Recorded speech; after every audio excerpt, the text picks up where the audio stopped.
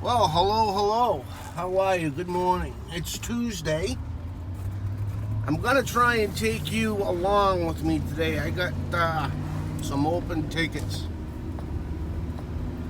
I got an intellapac that I need to replace the flame sensor to.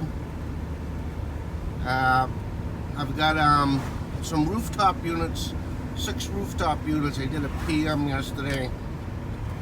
New units, and all the belts need to be replaced. Some of the belts need to be replaced. They're new units, they're 5 years old, there's no extra belts, so I'm gonna go pick up all the belts. I'll do one PM and show you how I do a PM. And my first call today, I'm heading out into the boonies here. Something going on with a space heater. I'm going to try and take you along with me today. Build up another episode. We'll see what happens. I will talk to you in a few. Alright guys, so here's my first call of the day. A Modine space heater. So if you guys haven't known, when it comes to this stuff, you also have multiple tasks here as a service technician. You're also a mover. So I have to move all this stuff to get up there. So give me a second, I'll get back to you. Hey guys, so here's what's going on here. So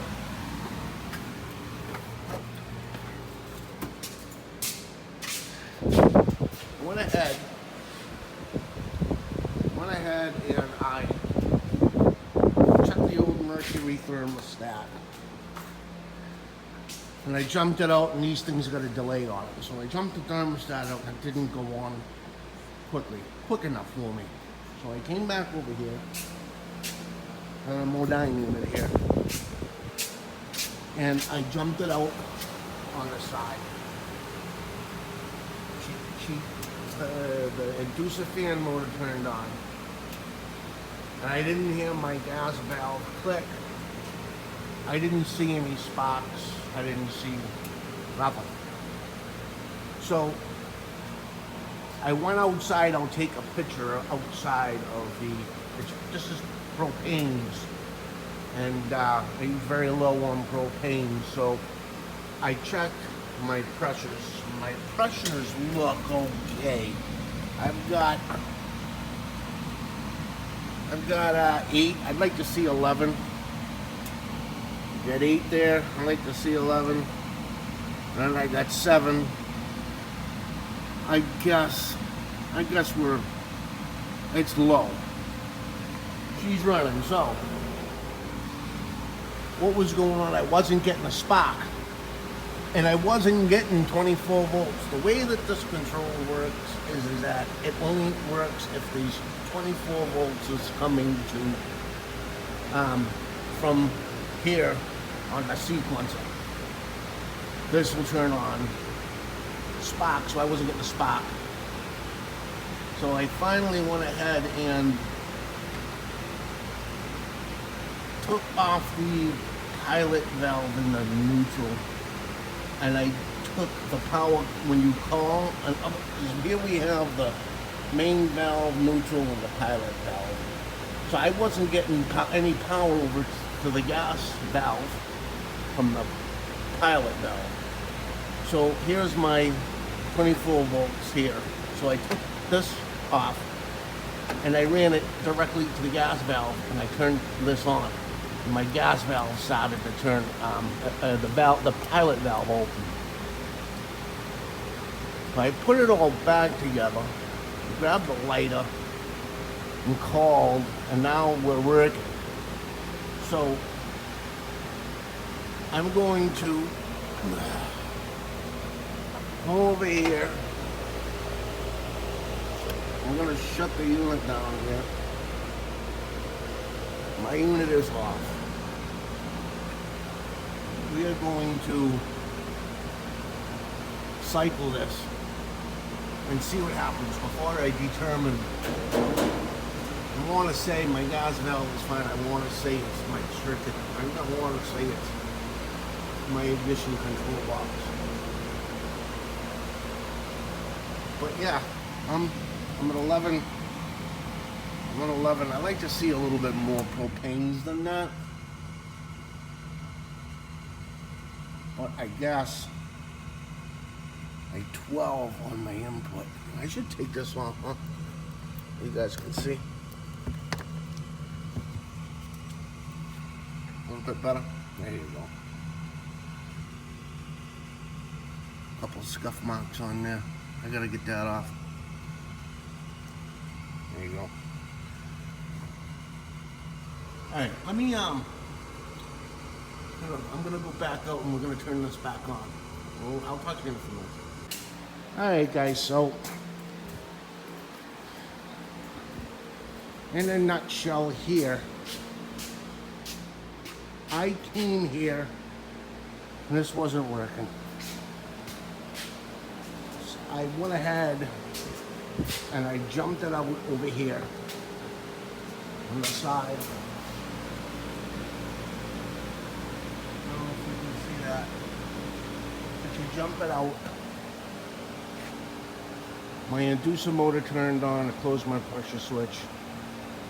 I just never had 24 volts coming out of my pilot valve. I reseated everything.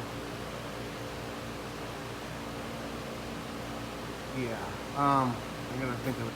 I checked my 24 volts on my terminal and I had 24 volts. I jumped it out. My pressure switch closed, my inducer motor came on.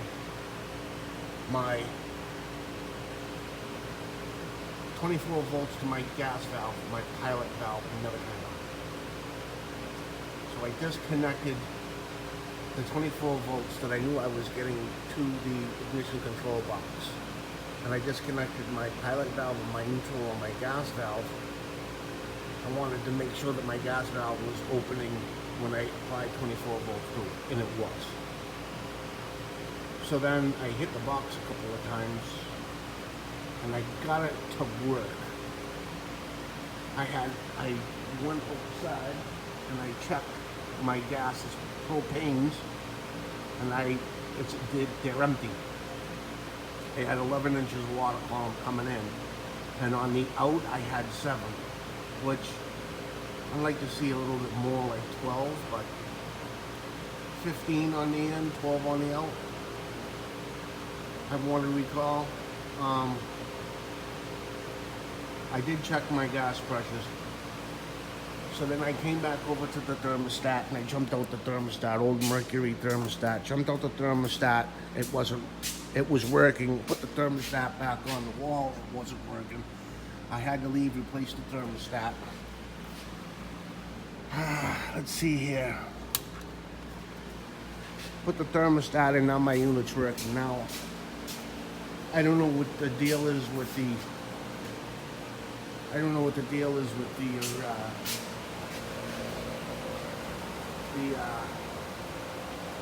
ignition control box. I'm putting in for the ignition control box another one because I think that one's on its way out. The spark igniter I had a problem with. I started to play it. I had to light it with a lighter and it lit right up. It's working now. I'm going to keep it there, but I'm going to order one. So if we do get a call back here, that we'll go grab a ignition box. But yeah, in a nutshell, you have to check all of that, because what if you're just going to be checking? You can't go out and just start replacing parts. You know, you gotta check to see what's going on. So I'm gonna tell him now that he needs to get some propanes in his tanks so he's got the proper gas. And I already told him about the thermostat and the ignition control box. But I'm gonna sit down, do my paperwork now, and I'm gonna be off on my next call. I will get you en route there. Talk to you. All right, guys. So we're back. I had to go to the supply house. I had to grab the flame sensor.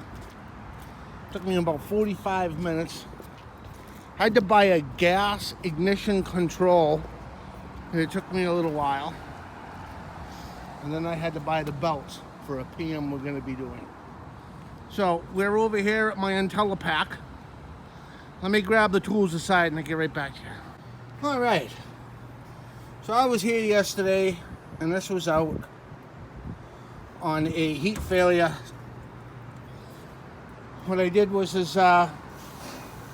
went downstairs, figured out what was going on with the controller. I forced it into occupied, unoccupied, reset the diagnostic, and I tried to get the flame to the burner to kick back on, and it didn't the first time. The second time it did. It's a perfect candidate for a flame sensor. Now, what I recommend is checking out the flame sensor millivolts. I didn't yesterday. It's an intellapac. I think I'm going to start doing that. But in any event, yeah, let me take this out. Let me undo what I got to do here. Grab my tools.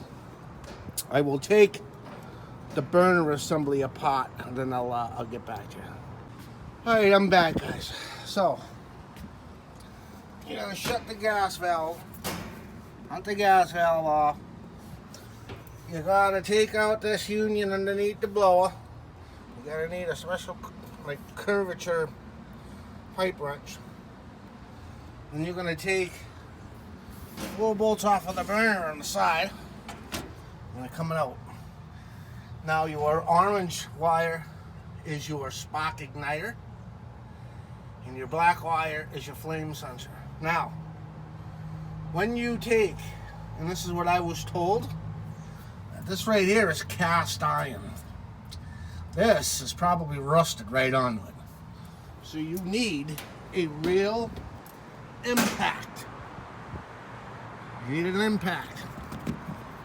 Because the cast irons, that cast iron there is 2 weeks out. And then what you need to do is, here's the burner where your gas comes out. You need to clean that. So we'll clean that also. All right. I wish I had my drone with me. I could put it on I could tape this, but I don't have it with me. So let me, hopefully I don't break the cast iron. Looks like, to me, it's already broken. We'll check it out. I'll get back to you.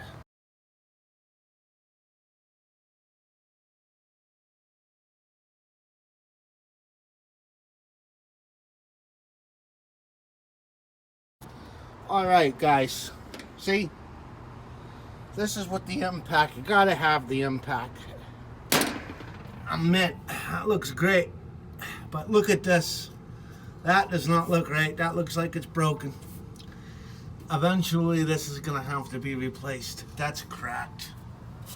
She's cracked. She's cracked right through. That's cracked. So, let me get back to you. Hey, back, guys. So here, usually what I do is I'll just take some wire and I'll just throw this in there just like so, to get the gook out, you know, all the way around. But I got that on. Yeah, let me tie this up. I'll get back to you. All right, guys. So we got that flame sensor in there. We're gonna order a cast iron plate. We'll get that up and going. Before I leave, when I play with gas, I have leak detectors, CEI. And I just throw this in, just to see, make sure that my connections don't have any leaks. Doesn't look like they do. We're running right now. We're doing good.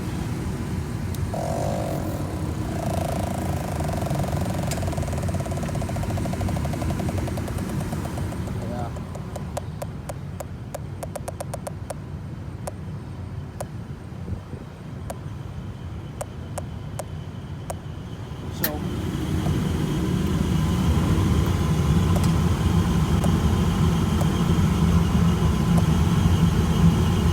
yep. Well, all right. So we're having a busy day today. We're all set over there. I have to go to the supply house, grab a couple of things, and then we are going. There's these PM that I did yesterday, 6 rooftop units. And what we're going to do is they look like some of the belts need to be replaced. They're 5-year-old units. There's no extra belt in the unit. So what we're going to do is put some new belts on and tighten them up and then bump them out in heat. Just take a look at the electronics and that'll do it. So we are driving, like I say, to stop at the supply house, and then I will take you there. Third stop of the day, third or fourth? No, that's the third stop of the day. Wow, all right. Rock on. Talk to you in a few. Hey guys, so here we are. Rooftop unit. These are fairly brand new RTUs. So, but basically what I do when I have a bunch of rooftop units, like a lot of rooftop units, rip them out, rip the sides off. What you want to do, first thing you're going to want to do is just do an overall check. I take the belt off and I check for obvious cracks or deformities in the belt. At that point, I check the shiv. I make sure there ain't no big grooves in the shiv or the pulley. Just slide your finger up and down. If it feels like a record, as in a record, as in like a 45 record, like you feel like 80 years old, and just overall take a look at everything, see if everything's okay. I take a look at the wiring, because I usually find a lot of rub outs, but they've been getting pretty good. Take a look at the heat. I mean, we're going into the winter, so I take a look at the heat exchangers, make sure that the heat exchangers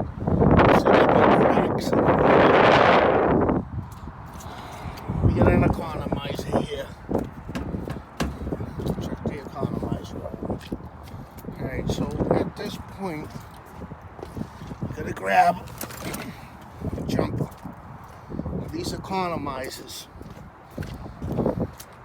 they work when you're jumping out and fan. So what we want to do is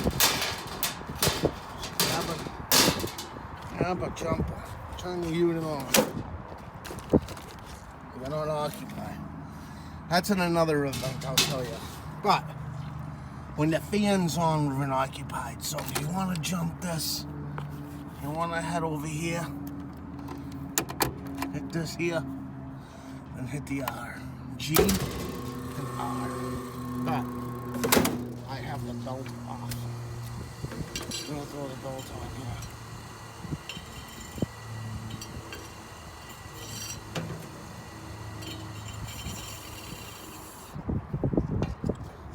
I'm going to throw the belt on. Turn this bad area on, okay?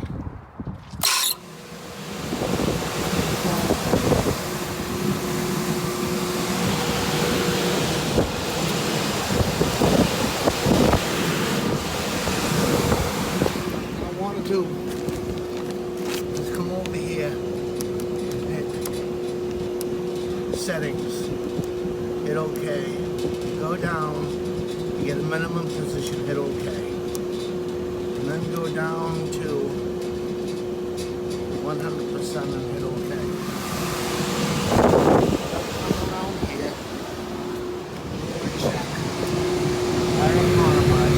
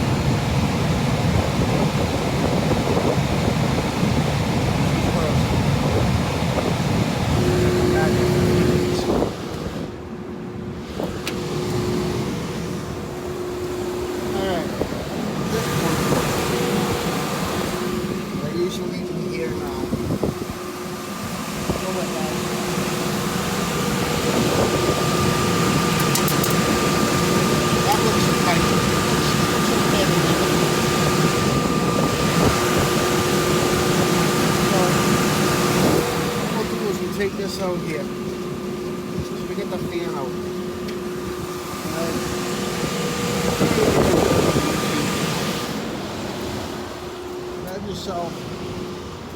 I get this crap over here. I have all new belts. So what we're gonna do, we're gonna wait for that fan to shut down.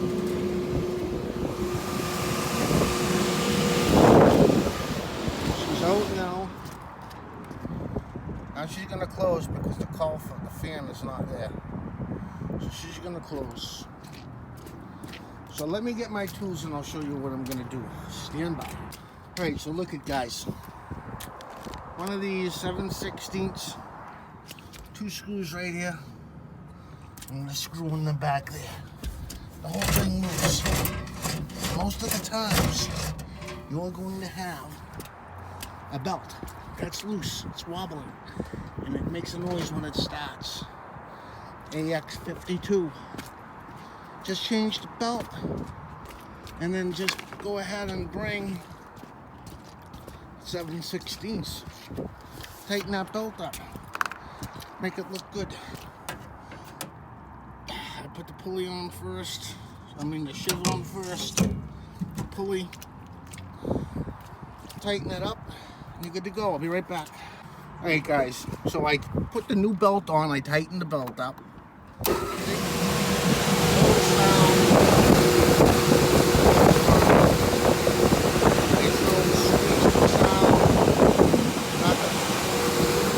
Good. Alright. So I have to put, we're good here. So right now I'm going to go ahead and put the panel back and then turn the heat on, and I need to put the panel because the exhaust will right in. Give me a second. Alright, I'm back. So now all I'm going to do is bump this out in heat.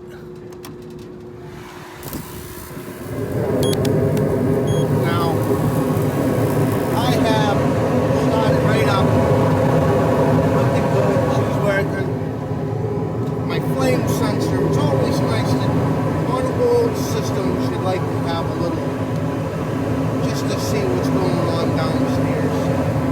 I got 3.5, 3.7, 3.8 my flame sensor, so I'm looking good.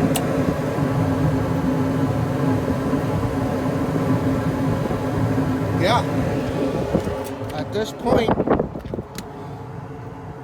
this system, this rooftop unit is good. So basically that's all I'm doing. It's basically all I'm doing when I come to a rooftop unit is what was just done. I check, make sure that my economizer is working, and I bump it out in heat, make sure my heat's turning on, check the heat exchanger. Yeah, make sure the economizer is running. This is in winter. I mean, the compressors, they went all, you would have known, we don't play around with the compressors in the fall, especially when I have a rooftop of about 40 units. We're going to go ahead and just do the heating at this point. But yeah, basically, that's it. Probably talking 10 minutes, 1 unit. 15 minutes, 1 unit. I mean, you can do a lot of other things here. Yeah, actually, I screwed up here. So, and replace the belt and tighten the belt up. 15 minutes a unit, you should be good. Usually what I'll do is I'll go through all the units, and if I find problems, I'll write them down. And then I'll go back to the unit, and I give it like 10-15 minutes to try and figure out what the problem was. If I can't figure it out in like 10-15 minutes, we gotta come back. But yeah, I just went through a basic rooftop routine maintenance on for heat. I mean, you could do a bunch of other things, but basically, in a nutshell, just, you know, to get people up and going, just to see if it works. You know, this is it. All right, I got 5 more units to do. I will talk soon. Hey, if you like the videos, look at the description down here. I'm doing that because I edit at night, and I gotta put something here. All right, till the next time.